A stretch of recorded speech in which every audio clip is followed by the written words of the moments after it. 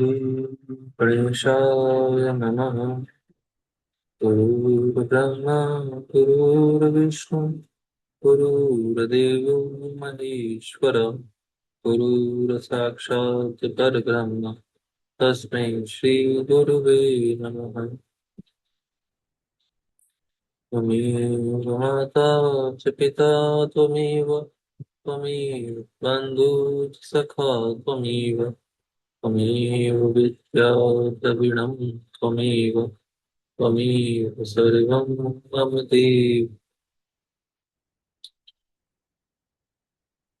सुमना के द्वारा ब्रह्मचर्य, सांगोपांग धर्म तथा धर्मात्मा और पापियों की मृत्यु का वर्णन इस अध्याय में किया गया है। सोम शर्मा ने कहा, भामिनी, ब्रह्मचर्य के लक्षण का विस्तार पूर्वक वर्णन करो। सुमना बोली, नाथ, सदा सत्य भाषण में जिसका अनुराग है, जो पुण्यात्मा होकर साधुता का आश्रय लेता है, ऋतुकाल प्राप्त होने पर अपनी स्त्री के साथ नहीं रहता, स्वयं दोषों से सॉरी स्वयं दोषों से दूर रहता है और अपने कुल के सदाचार का कभी त्याग नहीं करता, वही सच्चा ब्रह्मचारी है। द्विजश्रेष्ठ, यह मैंने गृहस्थ के ब्रह्मचर्य का वर्णन किया है। यह ब्रह्मचर्य गृहस्थ पुरुषों को सदा मुक्ति प्रदान करने वाला है।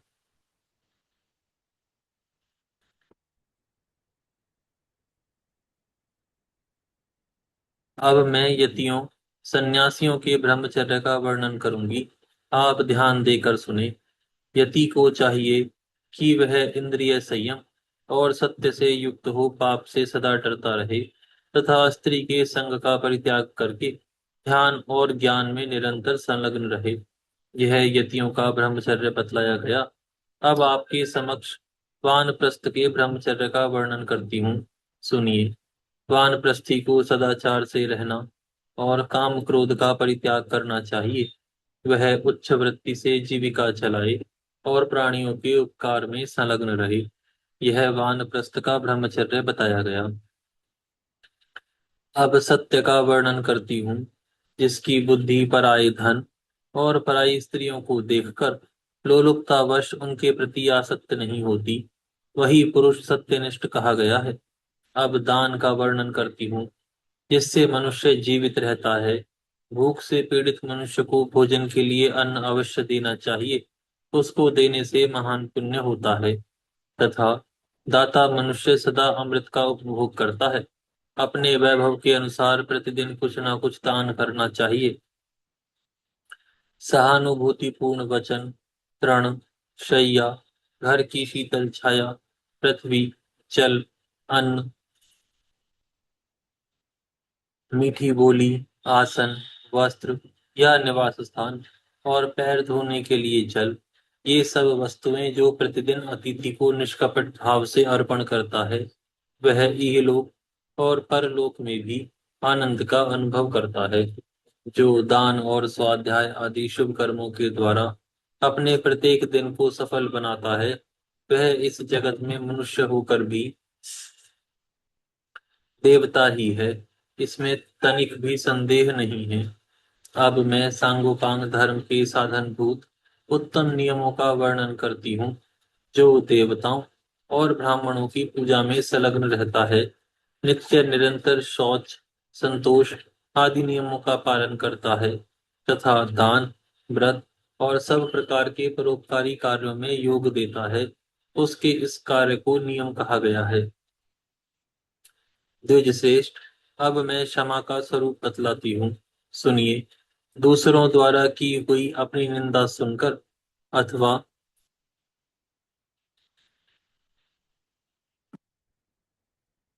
अथवा किसी के द्वारा मार खाकर भी जो क्रोध नहीं करता और स्वयं मार खाकर भी मारने वाला व्यक्ति को नहीं मारता, वह समाशील कहलाता है।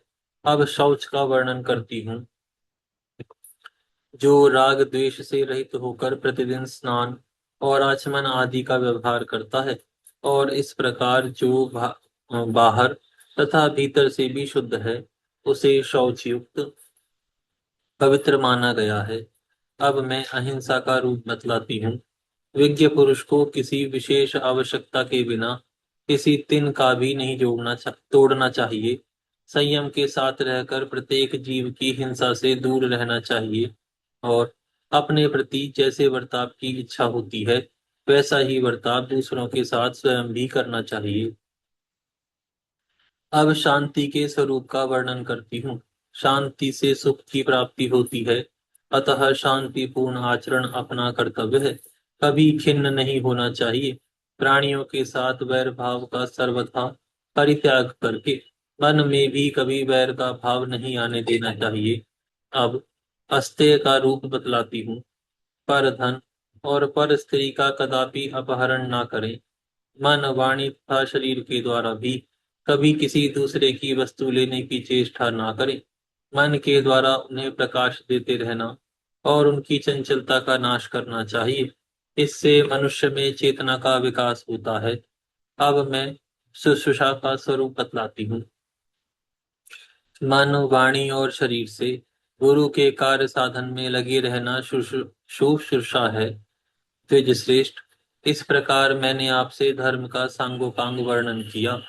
जो मनुष्य जैसे धर्म में सदा संलग्न रहता है उसे संसार में पुनः जन्म नहीं लेना पड़ता। यह मैं आपसे सच सच कह रही हूँ।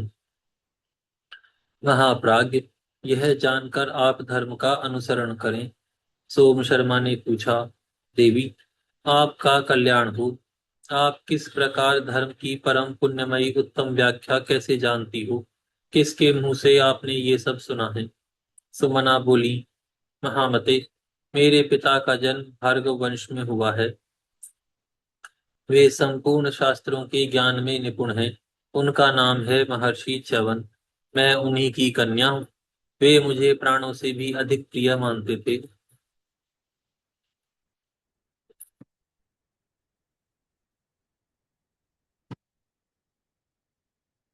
जिस जिस तीर्थ, मुनि समाज अथवा देवालय में वे जाते, मैं भी उनके साथ वहां जाया करती थी। मेरे पिताजी के एक मित्र हैं जिनका नाम है वेद शर्मा। कौशिक वंश में उनका जन्म हुआ है। एक दिन वे घूमते घामते पिताजी के पास आए। उस समय वे बहुत दुखी थे और बारंबार चिंता मग्न हो जाते थे। तब उनसे मेरे पिता ने कहा, सुव्रत, मालूम होता है आप किसी दुख से संतप्त हैं। आप वो दुख कैसे प्राप्त हुआ है? मुझे इसका कारण बतलाइए। यह सुनकर वेद शर्मा ने कहा, मेरी स्त्री बड़ी साध्वी और पतिव्रता है, किंतु अब तक उसे कोई पुत्र नहीं हुआ। मेरा वंश चलाने वाला कोई नहीं है। यही मेरे दुख का कारण है। आपने पूछा था, इसलिए बताया है। इसी बीच में कोई सिद्ध पुरुष मेरे पिता के आश्रम पर आए। पिताजी और वेद शर्मा दोनों ने खड़े होकर भक्ति पूर्वक सिद्ध का पूजन किया। भोजन आदि उपचारों और मीठे वचनों से उनका स्वागत किया। फिर आपने पहले जिस प्रकार प्रश्न किया था उसी प्रकार उन दोनों ने भी सिद्ध से अपने मन की बात पूछी। तब धर्मात्मा सिद्ध ने मेरे पिता और उनके मित्र से इस प्रकार कहा, धर्म के अनुष्ठान से ही स्त्री, पुत्र और धन धान्य की प्राप्ति होती है। उनके उपदेश से वेद शर्मा ने धर्म का अनुष्ठान पूरा किया। उस धर्म से उन्हें महान सुख और सुयोग्य पुत्र की प्राप्ति हुई। उन सिद्ध महात्मा के सत्संग से ही धर्म के विषय में मेरी बुद्धि का ऐसा निश्चय हुआ है। सोम शर्मा ने पूछा, प्रिय, धर्म से कैसी मृत्यु और कैसा जन्म होता है? शास्त्र के अनुसार उस मृत्यु और जन्म का लक्षण जैसा निश्चित किया गया हो वह सब मुझे बताओ।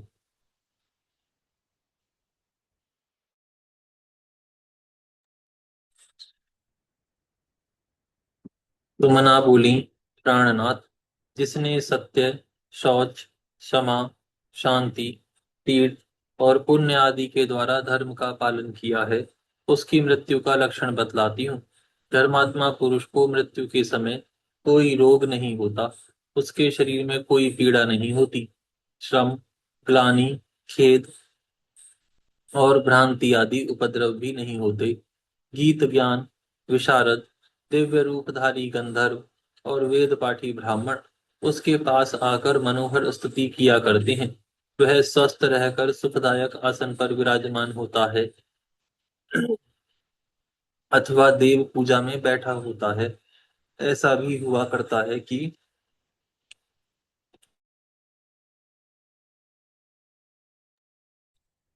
ऐसा भी हुआ करता है कि धर्मपरायण बुद्धिमान पुरुष मृत्यु लोक में स्नान के लिए तीर्थ स्थान में पहुंचा हो। अग्निहोत्र गृह, गौशाला, देव मंदिर, बगीचा, पोखरा, पीपल या वड का वृक्ष तथा पाकर अथवा बेल का पेड़, ये मृत्यु के लिए पवित्र स्थान माने गए हैं। धर्मात्मा पुरुष धर्मराज के दूतों को प्रत्यक्ष देखते हैं। वे स्नेह से युक्त और मुस्कुराते हुए दिखाई देते हैं। यह वह मरने वाला जीव स्वप्न, मोह अथवा क्लेश के अधीन नहीं होता। धर्मराज के दूत उससे कहते हैं, महाभाग, परम बुद्धिमान धर्मराज आपको बुला रहे हैं। दूतों की यह बात सुनकर उसे मोह और संदेह नहीं होता। उसका चित्त प्रसन्न हो जाता है। वह ज्ञान विज्ञान से संपन्न हो भगवान श्री विष्णु का स्मरण करता है और संतुष्ट एवं हष्ट चित्त होकर उन दूतों के साथ चला जाता है। सोम शर्मा ने पूछा, भद्रे, पापियों की मृत्यु किन लक्षणों से युक्त होती है?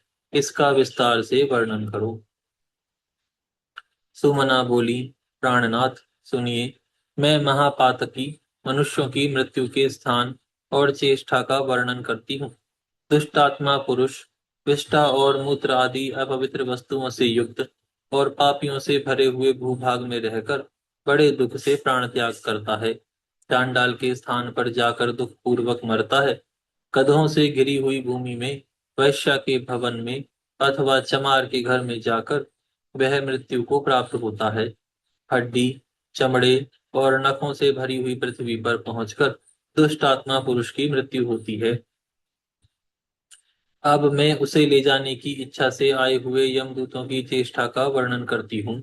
वे अत्यंत भयानक, घोर और दारुण रूप धारण किए होते हैं।